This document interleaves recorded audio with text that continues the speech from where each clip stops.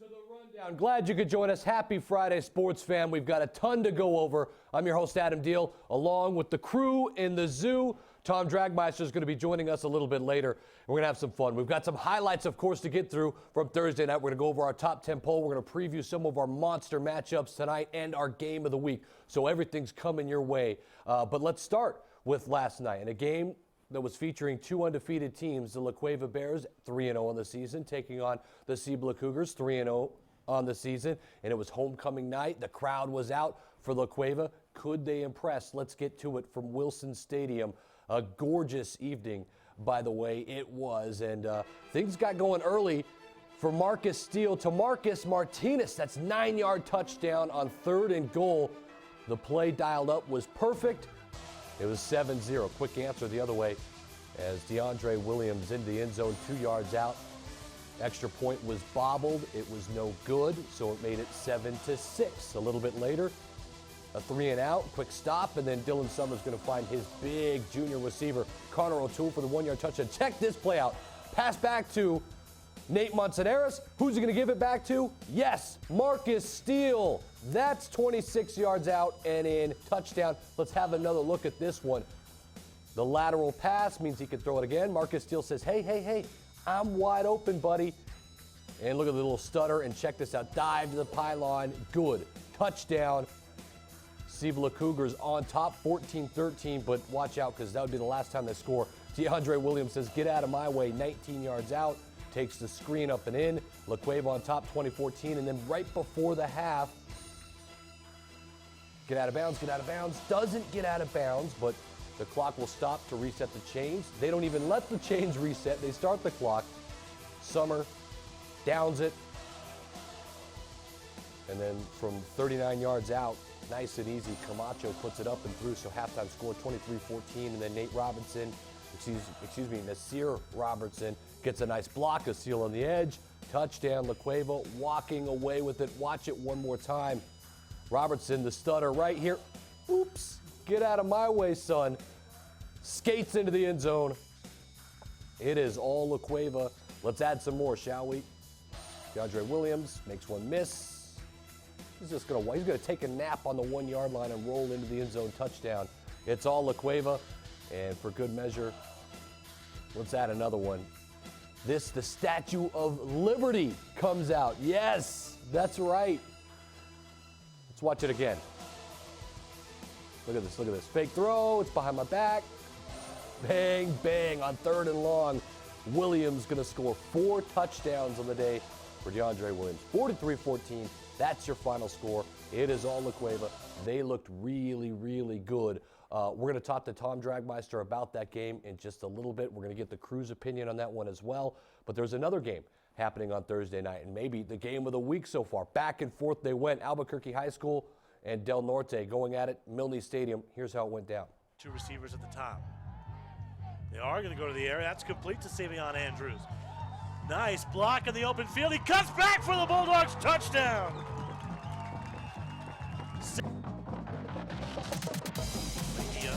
Takes the handoff, and he's in trouble.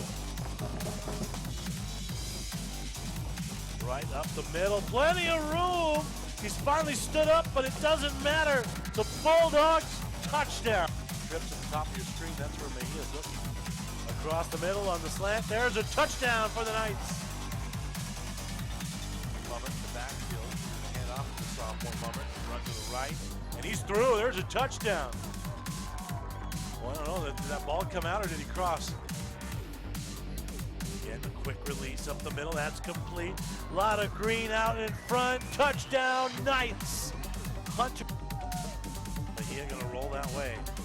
Now he's coming back the other way. He'll lose the pressure at first into the end zone, and it's caught, touchdown, Knights. We're going 3rd, he's rolling to the side. He's going up the middle, and it's caught for the touchdown to Nick Gomez.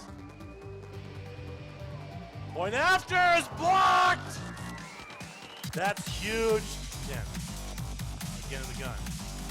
Again, going deep to the sideline, and he hauled it in. Yes, he hauled it in. Center. Gonna keep it himself, and he's in. Santa Maria! Again, under center. Makes the handoff. He's rolling. He's gonna throw to the end zone. It's caught! It's caught! A 2-point conversion for the Bulldogs! 28 seconds left. What do? You're down 1. Go for 2 for the win. I love it. The Bulldogs now have 2 wins of the season. Granted, it's to Maimura and Del Norte, but hey, they got 2 wins. Real quick, JB, you were there. You're Del Norte Knights. You picked them. What happened? Hey, Coach Binkley, when you're up, I know you got a good quarterback who can throw the ball. Run the clock down with your running back, please. Their running back was averaging. He had to like 6 yards a carry. He was dominating. All they had to do was run that clock out. And they don't. I picked Del Norte too, so I'm upset. But I will not pick your team again, just to spite you, JB. I want you to know that. Yeah. I think Alden's on the same page. Yeah. All right. We're in agreement. We're going to discuss the Thursday night big win for La Cueva. Can they go all the way? Do they have what it takes? Tom Dragmeister is going to tell you after this break here on the Rundown.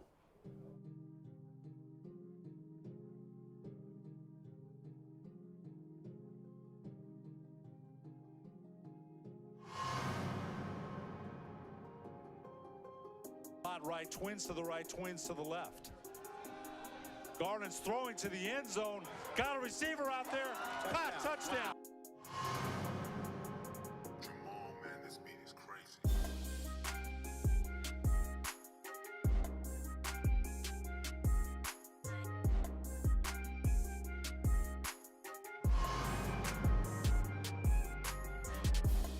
On 35-yard line. Garland's got plenty of time. Throws deep down the left side. Receiver out there. Caught by Baku. Touchdown. Cody Baku.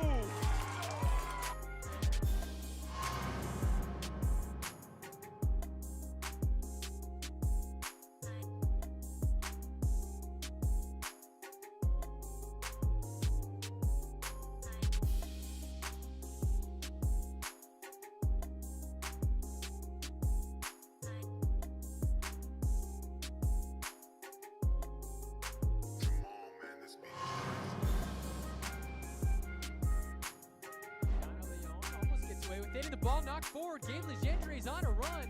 One-on-one. Legendre! 1-0 to the Cleveland Storm. And that's the 11th goal of the season for Gabe Legendre. And he's going to celebrate with the Storm faithful.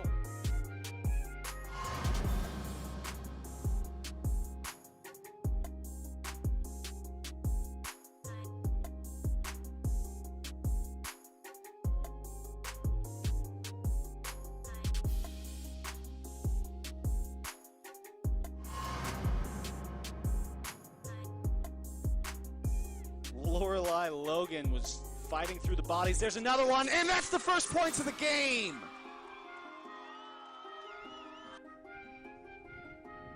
This one again, short and low. And that's another score for the Cougars.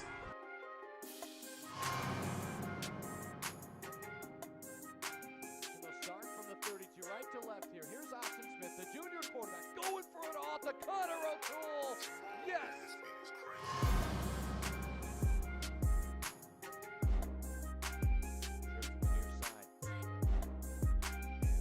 He's got an arm and he's got his guy and it's caught! Touchdown!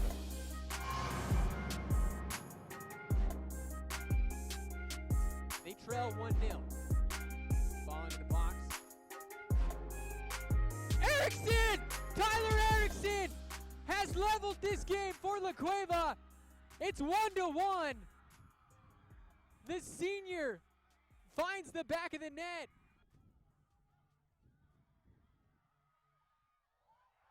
Oh, and a goal. It's a goal for La Cueva. And Cleveland are shocked.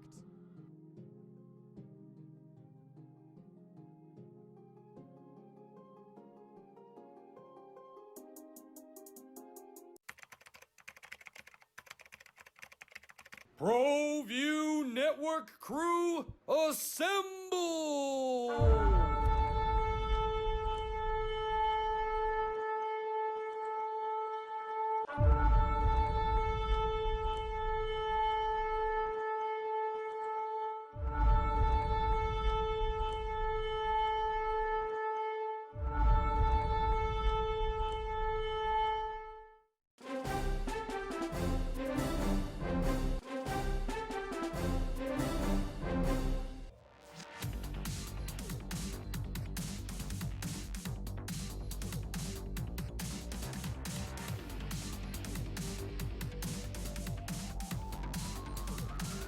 That's good. We're first. High school sports are back live on Proview Sports Network.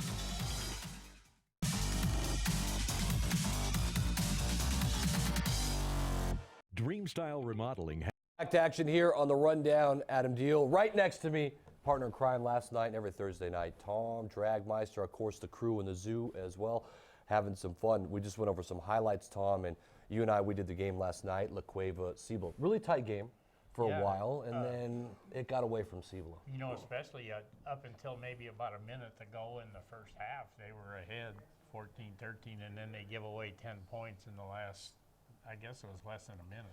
Yeah, and I mean, they give up the touchdown drive, which is fine. Okay, you're down 20-14 then, and you can go in the locker room and feel okay, but then you go 3 and out, you punt it, and La Cueva, they get this massive 26-yard play. They don't even get out of bounds, 3 seconds left. They're able to spike it as a chain gain is trying to reset, and they get a 39-yard field goal, and that was kind of crippling. And that was, I think, the start of the demise of the La Cueva Bears, I guess. Right, I think, you know, both teams went in, and the Bears were they were smiling a little bit because they were losing just a minute with a minute to go in the half, and then they're like 10 points up or 9, whatever it was at I think halftime. each week we watch the La Cueva Bears play, we see a new offensive weapon emerge and the team get a little bit deeper offensively. Now, make no mistake, this team runs offensively, literally, off of DeAndre Williams. He's been amazing. He had another 4-touchdown game. He's been unbelievable.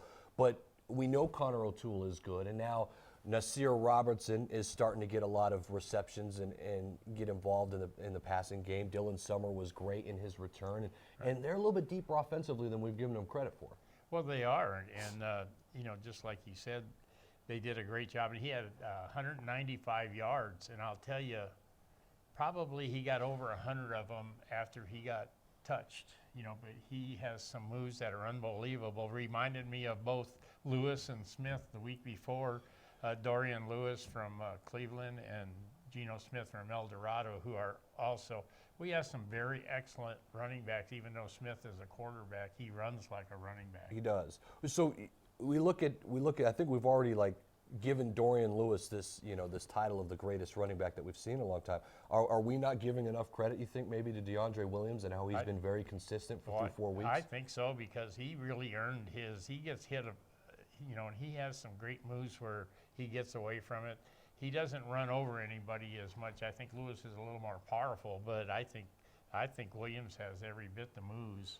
We got the clip that we've got to pull up again, because you and I and Alden, who was directing the game, we weren't really in shock, but we were in awe of a fantastic play that was pulled off really well. And this is 3rd down and 15 right here. And how about this? A little Statue of Liberty. You brought it up that it reminded you of the Boise State, Oklahoma, the 2-point conversion that won it in the very end, and it was such a fantastic play. And it was executed perfectly, wasn't it? Right, and in college football, all the Power 5.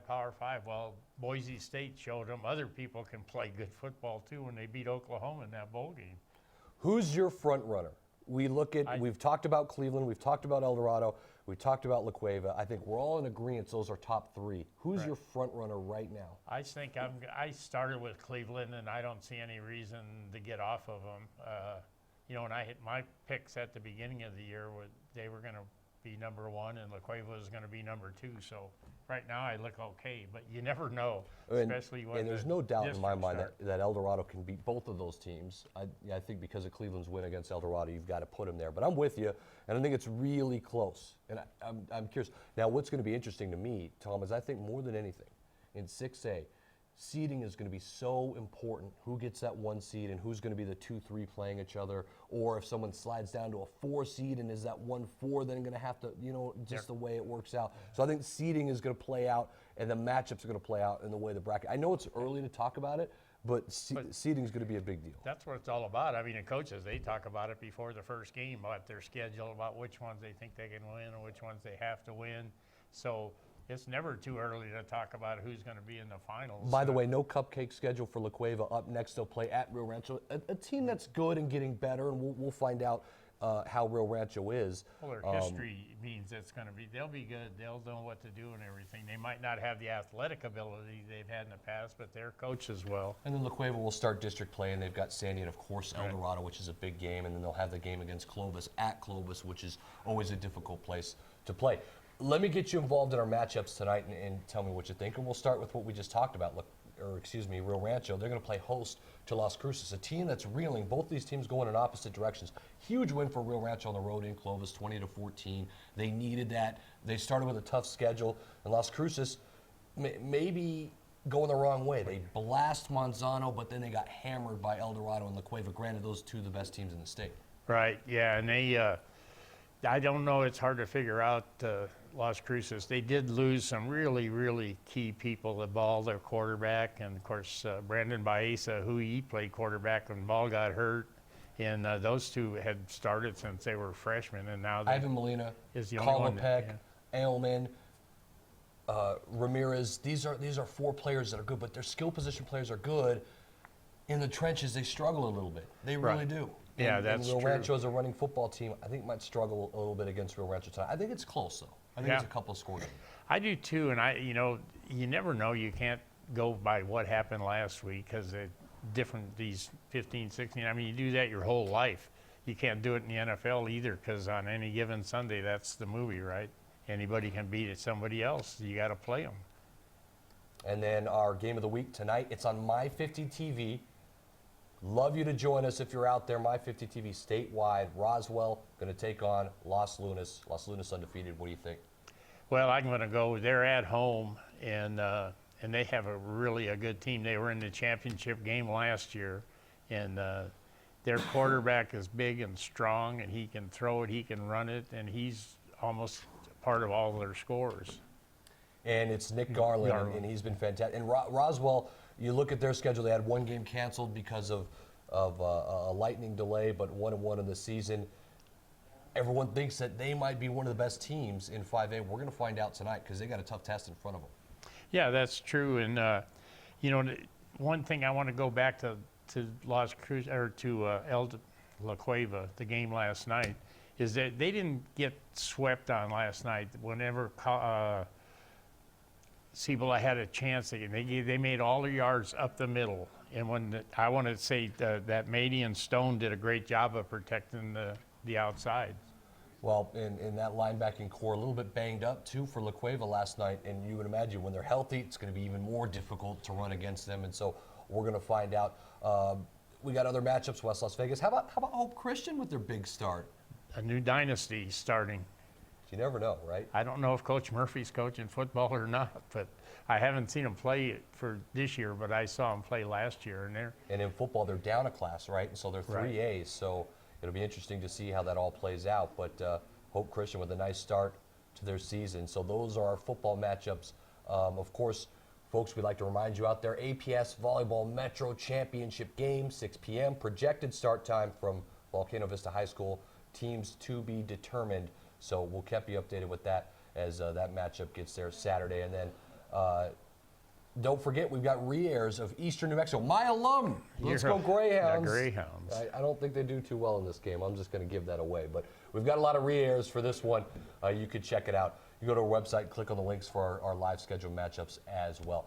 Always appreciate it. Tom Dragmeister, thanks for coming on. He'll be here every Friday to go over our Thursday schedule. A lot of fun, man. Oh, yeah, a lot of fun. Oh, yeah, it was great. The game yesterday, the first half, wow, it was really good. In the second half, wow, it got out of control. I mean, other than that, but it was a game. High school kids, fun. Zoom us back in and back out. Appreciate it, Tom. We'll see you next week on Friday. Okay. Back in a moment.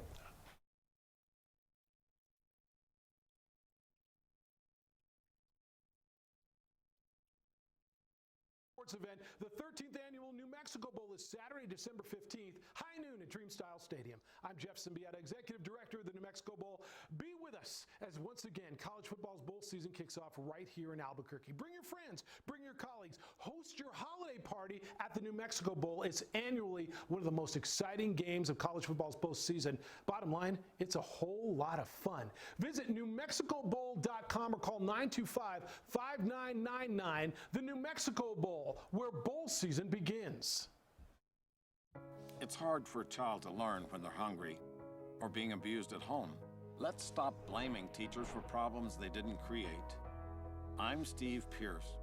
My mom loved teaching, but now Santa Fe asks teachers to be truant officers or social workers. Let our teachers teach, fix our broken test system, and put more money into classrooms. Good teachers don't give up on their kids. As governor, I will not give up on our teachers. This is Coach Borrego of the Charlotte Hornets. Hello to all you parents out there in Albuquerque, New Mexico. I want to congratulate 38 years for the AYBL. You guys are doing a great job. You've shaped a lot of lives, young men and women, and you'll continue to do that. Parents, get involved, sign your kid up. It's a great program. It helped shape who I am today, helped shape me as a basketball player, as a coach. So get out there, sign them up. Have a great season. Good luck to everybody. I'm Troy Lefane, head coach of the USL New Mexico franchise, and you're watching Proview Sports. Back to it. It's the rundown. It's Friday. We're having some fun here in the Proview Network studios. Don't forget to join us tonight as we got the game of the week. Listen, it's Las Lunas, it's Roswell. This is a potential semifinal matchup. You're not going to want to miss it. Join us again, 7 o'clock sharp tonight. We just had Tom Dragmeister on now. Time to turn it to the crew in the zoo. Alden, I want to talk with you a little bit. Your Cibola Cougars, man, they hung around for a while. Things just got away from them. What do you think? It was looking real great for my Cougars there in the second quarter there. At the beginning of the second quarter, they went up 14-13, and then La Cueva proceeded to go on a 30-0 run to end the game. So my Cougars did a good job, but they're definitely the inferior opponent this week. La Cueva, I think we're not giving their offense enough credit. I think Dylan Summer kind of knew he was kind of, not say fully on the hot seat, but if he had a couple bad games, I feel like that he knew that they were comfortable going to their backup Austin quarterback. Smith, no doubt. Yeah, I feel like he came out with a lot of confidence last night, and he was trying to prove something last night, saying, I'm the guy, I'm the starter. Yeah. And I think he did. I agree, because all of us sat back and said, Austin Smith can run this offense just as efficient as Dylan Summer. And then Dylan Summer came out, and I agree. I think he had something to prove, and I think he proved it. I think, okay, go with Dylan Summer, but I don't think La Cueva's scared. If he goes down or has to come out a couple plays, I think Austin Smith is the guy. La Cueva's going to be very dangerous as we get into the season. Guys, I'm confident in my Rams, okay? Let's go Rams. I think they can make a turnaround in the season because their schedule has been so difficult to start. But a lot of people around the state maybe think not. Yeah, I mean, this is a big game for both of these teams, honestly. But as far as the Rams go, I'm not too afraid to say that they're gonna do bad this season. I think they might have started off slow, but they needed to figure some things out, and I think they've done it. They've started to do this. They got their first win last week, so that monkey's off their back. And Cruces hasn't really traveled well this year, so I think the Rams have a good shot to win tonight. I picked them. J. Poll, you have the top 10 poll we can put up? Yeah. I thought we were going to just start calling it the top 10 J poll, right? We can do it. The top 10 J poll. Josh Brown, who has the most movement or will make the most movement in the next few weeks in this top 10, you think? Could it be the Volcano Vista Hawks? I mean, they are still undefeated. No. No? Oh, that's right. Sorry, they lost that first one to La Cueva, but since then, they're rolling. Yes. Play Monzano this week. I think they could be moving there. Hobbs, they play Lovington this week. That battle for Lee County. I mean, if they keep it going, I mean, common opponents, 5A, 4A, but they're still dominating. They have that big win in Artesia. Hobbs is that team from the south that nobody's paying attention to. Centennial after last week, we don't really know what they have once they get into that district. Is it that tough with Las Cruces, Mayfield on down seasons? Who knows? But I'm going with Volcano there. Cibola, they're in that tough gauntlet of District 1 there. You know, Cleveland's obviously on top. We don't know what Rio Rancho team we have yet, so we'll see. And Volcano Vista's there too, so I'm going Volcano's that team to move. I guess I really want to see Carlsbad play. Like, are you guys with me? That's the only team I think we don't know. They have that win against Artesia too, so who knows? J. Pope, who can make some movement in here? I'd like to see Centennial. I was impressed with all I've seen, but that top three is pretty tough. I don't think they can beat Eldo. I don't think they can beat La Cueva. I don't think they can beat Cleveland, but I still would like to see them take one of them out.